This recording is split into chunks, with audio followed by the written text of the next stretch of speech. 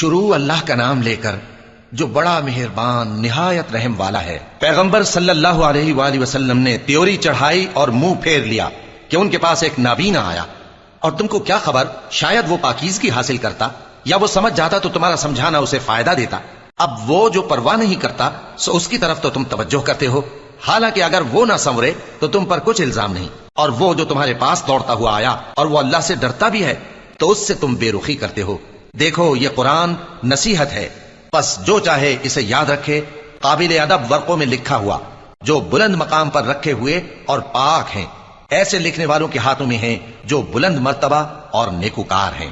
انسان مارا جائے، یہ کیسا ناشکرا ہے، اسے اللہ نے کس چیز سے بنایا؟ نطفے سے بنایا، پھر اس کا اندازہ مقرر کیا، پھر اس کے لیے رستہ آسان کر دیا، پھر اس کو موت دی سو اسے قبر میں پہنچایا، پھر وہ جب چاہے گا اسے اٹھا کھڑا کرے گا۔ کچھ شک نہیں کہ اللہ نے اسے جو حکم دیا اس نے اس پر عمل نہ کیا۔ تو انسان کو چاہیے کہ اپنے کھانے کی طرف نظر کرے۔ بے شک ہم ہی نے پانی برسایا، پھر ہم ہی نے زمین کو اچھی طرح پھاڑا، پھر ہم ہی نے اس میں اناج اگایا، اور انگور اور ترکاری اور زیتون اور کھجوریں اور گھنے گھنے باغ اور میوے اور چارہ، یہ سب کچھ تمہارے اور تمہارے مویشیوں کے لیے بنایا۔ تو جب کانوں کو پھاڑنے والی آواز آئے گی اس دن آدمی اپنے بھائی سے دور بھاگے گا، اور اپنی ماں اور اپنے باپ سے، اور اپنی بیوی اور اپنے بیٹوں سے بھی۔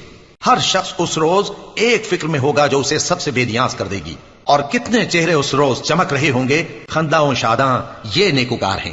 اور اس روز کتنے چہرے ایسے ہوں گے جن پر گرد پڑ رہی ہوگی اور ان پر سیاہی چڑھ رہی ہوگی، یہی لوگ ہوں گے انکار کرنے والے بد کردار۔